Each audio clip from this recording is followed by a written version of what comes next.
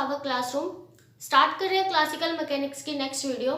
इससे पहले वाली जो वीडियो थी उसमें हमने ये देखा था कि हम लैग्रांज इक्वेशन कैसे निकाल सकते हैं कुछ पर्टिकुलर एग्जांपल्स के। तो हमने 3 एग्जांपल्स कर लिए थे।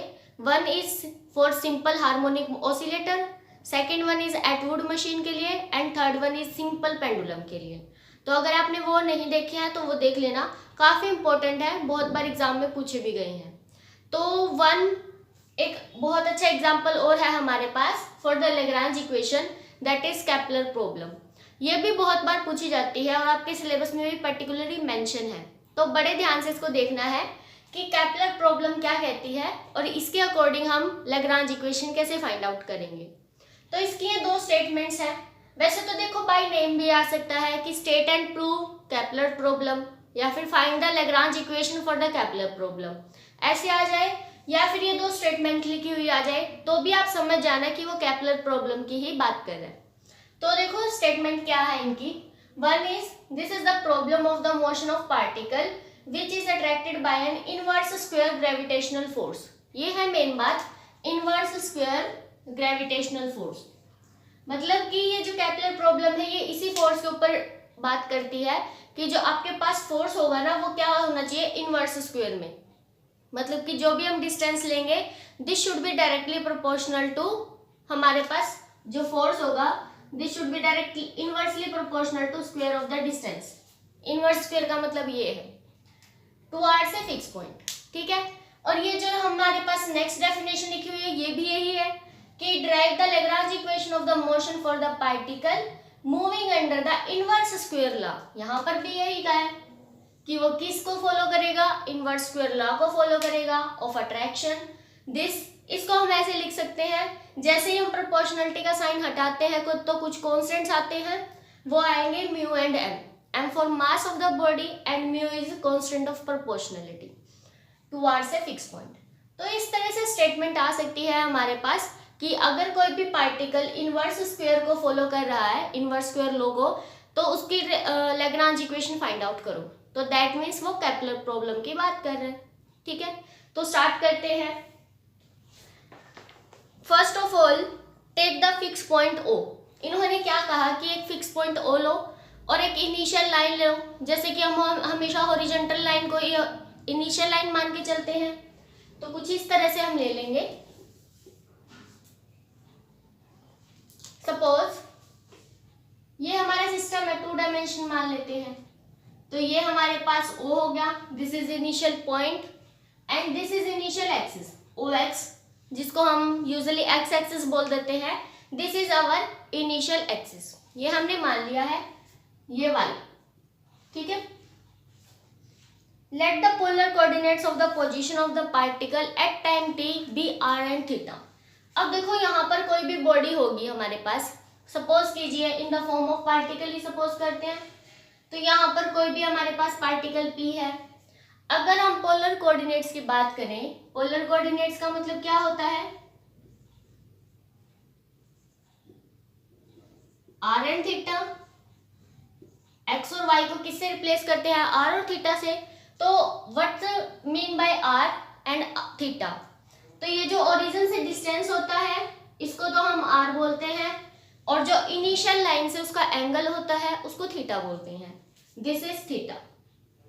तो इस पॉइंट को डिनोट करने के लिए, पर्टिकुलरली हमें डिफाइन करने के लिए, we have two coordinates r and theta. r stands for distance from origin and theta is the angle between the particles की लाइन एंड इनिशियल लाइन, ठीक है। तो ये हमारे पास पोलर कोऑर्डिनेट्स में दे रखा है उसने कि सपोज कीजिए किसी भी टाइम t पर इस p के जो कोऑर्डिनेट्स है वो क्या है, r एंड थीटा। इस तरह से हमने मान लिया। उसके बाद इन्होंने लिखा है t इज गिवन बाय। अब देखो हमें ना क्या करना है, लैग्रांज इक्वेशन निकालनी है। सभी को पता होगी कि लैग्रांज इक्वेशन इस तरह से होती है, curl L by curl of Q dot minus curl L by curl Q is equal to 0, where Q stands for generalise coordinate, है ना। यहाँ पर हमारे कोऑर्डिनेट Q r है, थीटा है। तो 2 लैग्रांज इक्वेशन बन जाएंगी। एक बार यहाँ पे r लिख देंगे और सेकेंड इक्वेशन में हम यहाँ पर थीटा लिख देंगे। But we have to find firstly L। L निकाल लेंगे तभी उसका डेरिवेटिव हम कर सकते हैं। तो फर्स्ट हमें एल निकालना है and L will be equal to T minus V, जैसे कि हमने प्रीवियस एग्जांपल्स में किया भी है। T for kinetic energy, V for potential energy. तो अभी हमारा फोकस किस पे होने वाला है, काइनेटिक एनर्जी निकालने पे और पोटेंशियल एनर्जी निकालने पे। तो वही निकालते हैं। देखिए, first of all I will find potential energy, वो काफी इजी है। पोटेंशियल एनर्जी V निकालते हैं। दिस इज इक्वल टू, जैसे कि आपको पता है हमने प्रीवियस एग्जांपल्स में भी किया था, फोर्स इनटू डिस्प्लेसमेंट होता है, लेकिन अगर टोटल निकालना हो तो वी विल डू इंटीग्रेशन। अब क्योंकि जो r है उसकी वैल्यू 0 से लेकर r तक जाएगी, है ना, क्योंकि हमें पर्टिकुलरली कुछ पता तो नहीं है, तो हम 0 से स्टार्ट करेंगे अपनी पोजीशन को और यहाँ तक लेके जाना है, तो दैट मीन्स 0 to r हो जाएगा। एंड f की वैल्यू गिवन है, f is equal to mu m by r square. Simply integration कर सकते हैं, हम मैथ्स के स्टूडेंट्स हैं तो ये तो बहुत इजी हो जाएगा अपने लिए।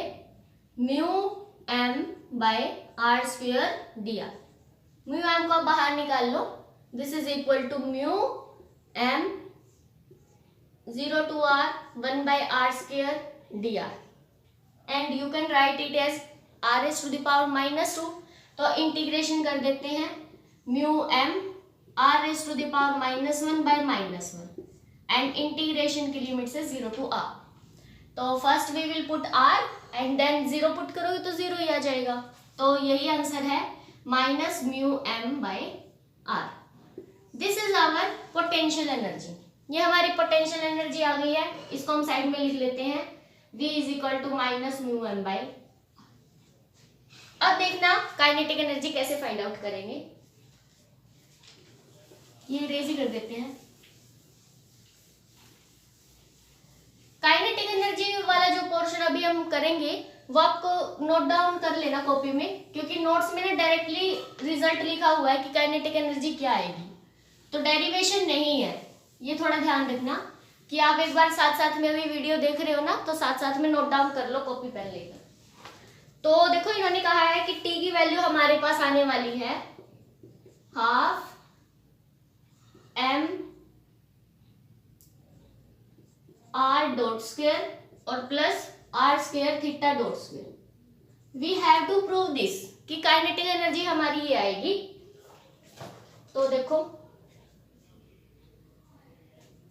काइनेटिक एनर्जी वैसे फॉर्मूला तो आपको पता ही होगा, T is equal to half m v square होता है, ये होगा T is equal to half m velocity का स्क्वायर। और जैसे कि ये पार्टिकल है अपने पास, इस पार्टिकल के लिए वैसे अगर हम एक्स वाई में कोऑर्डिनेट देखें तो x कोमा y लिखेंगे, और r थीटा में देख रहे हैं तो r कोमा थीटा लिखेंगे, है ना। तो अगर हम देखें x की वैल्यू क्या आएगी, यहां से दिस इज आवर x, यहां से यहां तक, एंड दिस इज y। तो आई थिंक आप सभी को पता होगा x is equal to r cos theta होता है and y is equal to r sine theta. आप यहां से ट्रायंगल से भी निकाल सकते हैं, ये हमारा ट्रायंगल इस तरह से बन रहा है, this is our r and this is theta. अगर आपको ये वाली टर्म निकालनी है, this is x and this is y, तो आप क्या कर सकते हो, साइन कोस का यूज कर सकते हो। तो जैसे ही हमको x निकालना होगा तो हम कोस थीटा निकाल देंगे, cos theta is equal to x by r. तो x की वैल्यू क्या आएगी, r into cos theta.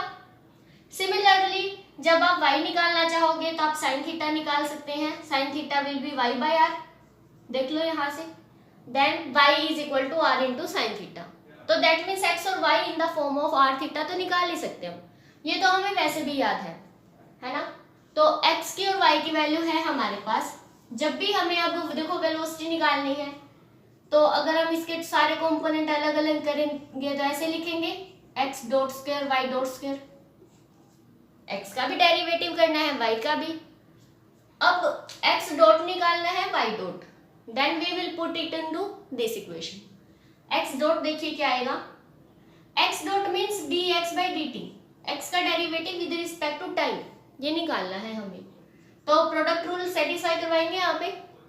First r as it is, cos theta क्या करेंगे, minus of sine theta, then theta dot आएगा प्लस, अब cos theta as it is, r का करो r dot. Similarly y dot निकालते हैं, y dot will be equal to, पहले r as it is, sine का करेंगे cos theta, then theta dot plus, अब sine theta as it is, r का derivative r dot, ये आएगा। अब हम क्या करेंगे, ये जो हमारी वैल्यूज आई हैं इसको इसके अंदर पुट कर देते हैं। क्या करना है, स्क्वेयरिंग एंड एडिंग, तो t will be equal to half m, इसका स्क्वायर करो but will be get r square theta dot square sine square theta plus r dot square cos square theta, then 2ab, वो भी minus का आएगा क्योंकि एक term हमारी minus की है, तो minus 2r r dot theta dot sine theta cos theta. Similarly फिर बीच में प्लस का साइन है, y डॉट स्क्वायर करना है, तो प्लस y डॉट स्क्वायर, इसका करेंगे r square theta dot square cos square theta plus r dot square sine square theta. अब ये दोनों प्लस के हैं तो प्लस आएगा, plus 2r r dot theta dot sine theta cos theta, ये है। अब आप ध्यान से देखो, ये टर्म इस टर्म से कैंसिल हो रही है, बिल्कुल सेम थी। इन दोनों में से r square theta dot square common आ रहा है और इन दोनों में से r डॉट स्क्वायर कॉमन आ रहा है, तो this will equal to 1/2 m r square theta dot square, अंदर आ गया sine square theta plus cos square theta, that is 1 plus, ऐसे ही r डॉट स्क्वायर हमने कॉमन ले लिया, इस टर्म में से इस टर्म में से sign square theta plus cos square theta, ये भी हमारा 1 आ गया। तो हम यहाँ तक आ गए हैं, t is equal to half m r square, देखो r square theta dot square plus r dot square, तो यही हमें t की वैल्यू फाइंड आउट करनी थी, या आप नोट डाउन कर लेना साथ में। उसके बाद अब देखो हमारा t भी आ गया, v भी आ गया, l निकाल लेते हैं, l t माइनस v, तो l is equal to, t की वैल्यू ये है 1/2 m r dot square r square theta dot square, और v की वैल्यू हमारी ये है, तो minus minus plus mu m by r आएगा।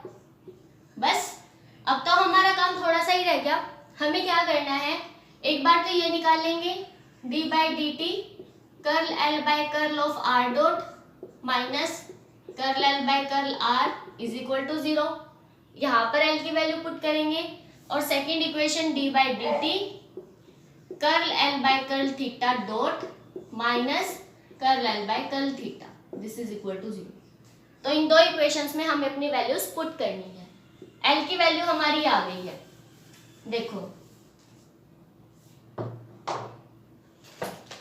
तो first of all we will find d by d t curl l by curl r dot, देखो with respect to r dot करना है, तो इसका हो जाएगा, है ना, तो क्या आएगा हमारे पास 1/2 m और 2r डॉट, दैट इज ये आएगा 2r डॉट, तो 2 से 2 ऐसे कैंसिल हो जाएगा, तो m इंटू r डॉट बच जाएगा, माइनस अब curl l by curl r निकालना है, तो एक तो इसका होगा और एक इसका होगा, तो हम कैसे करेंगे, विद रिस्पेक्ट टू r करना है, तो 1/2 m theta dot square as it is, इसका कर दो 2r, फिर साथ में इसका भी करेंगे प्लस म्यू m 1/r का डेरिवेटिव, तो minus 1/r square, this is equal to 0, ये आएगा। इसका एक बार और डेरिवेटिव करना है, पहले 2 से 2 कैंसिल कर देते हैं, अब इसका एक बार और डेरिवेटिव करोगे तो m r double dot and this is as it is minus 2 से 2 cancel m theta dot square साथ में r and minus minus plus m और म्यू बाय r स्क्वायर, वैसे m कॉमन आ रहा है, m आप कॉमन भी ले सकते हैं, तो हम इस इक्वेशन तक आ चुके हैं, यह हमारे पास इक्वेशन आ गई। एंड सेकेंड वन इज, अब ये वाली with respect to theta dot and with respect to theta derivative, theta dot के विद रिस्पेक्ट टू करोगे तो इसका हो जाएगा d by d t, with respect to theta dot करेंगे 1/2 r square as it is 2 theta dot, with respect to theta तो zero ही होएगा क्योंकि इसमें थीटा तो अवेलेबल है ही नहीं, आप देख सकते हैं एल में, तो दिस इज इक्वल टू 0। तो यहाँ से इससे ये कैंसिल हो गया और विद रिस्पेक्ट टू टी इसका डेरिवेटिव कर देंगे हम, ठीक है। तो इसका हम वैसे तो आप लिख दो ऐसे d by d t r square theta dot is equal to 0, तो that means this should be constant, इसका डेरिवेटिव 0 आ रहा है, तो आप ऐसे भी लिख सकते हो theta dot r square is equal to constant, ठीक है। तो एक इक्वेशन ये आई है and second one is this. तो ये जो दो इक्वेशंस आई हैं these are the Lagrange equations, और साथ में एम भी था, हाँ एम भी है, ठीक है। तो ये हमारे पास जो दो इक्वेशंस आई हैं these are the Lagrange equations for the Kepler problem. Most important है ये, इसको आप स्किप मत करना क्योंकि काफी बार एग्जाम्स में पूछी जाती है। तो इसकी थोड़ी सी लेंथ बनाने के लिए ना आप काइनेटिक एनर्जी को कंप्लीट निकालना, काइनेटिक एनर्जी कंप्लीट निकालोगे तभी अच्छे मार्क्स मिलेंगे, थोड़ा सा इंप्रेशन भी पड़ेगा कि जो एग्जामिनर चेक कर रहा है उसको लगेगा हाँ इसको आता है कि काइनेटिक एनर्जी कहाँ से आई है। अदरवाइज अगर आप क्रैम्प करोगे तो देखो आपको भी दिक्कत होगी, कहीं आप थोड़ी सी भी मिस्टेक कर सकते हैं और फिर उसको भी ऐसा लगेगा कि इन्होंने रट्टा मार रखा है, ठीक है। तो थोड़ा सा ध्यान रखना, जहाँ पर कोशिश हो सके वहाँ पे डेरिवेशन करने की कोशिश करना। फिर भी इसके अकॉर्डिंग अगर कोई भी दिक्कत हो तो आप कमेंट बॉक्स में या फिर टेलीग्राम ग्रुप में बता सकते हैं। ये हमारा जो लैग्रांज इक्वेशन वाला टॉपिक है वो कंप्लीट हो गया है। अब हम जो अपनी नेक्स्ट वीडियो है उसके अंदर लैग्रांज वेरिएबल्स, हैमिल्टोनियन वेरिएबल्स ये करेंगे, और then we will go to Donkin theorem जो कि हमारी इस यूनिट का लास्ट टॉपिक है। तो अभी सिर्फ 2 वीडियो का और काम है, देन हमारी 2 यूनिट्स कंप्लीट हो जाएंगी। इससे रिलेटेड यहाँ तक आपको कोई भी डाउट हो तो आप कमेंट बॉक्स में लिख के बता सकते हैं। Thanks for watching.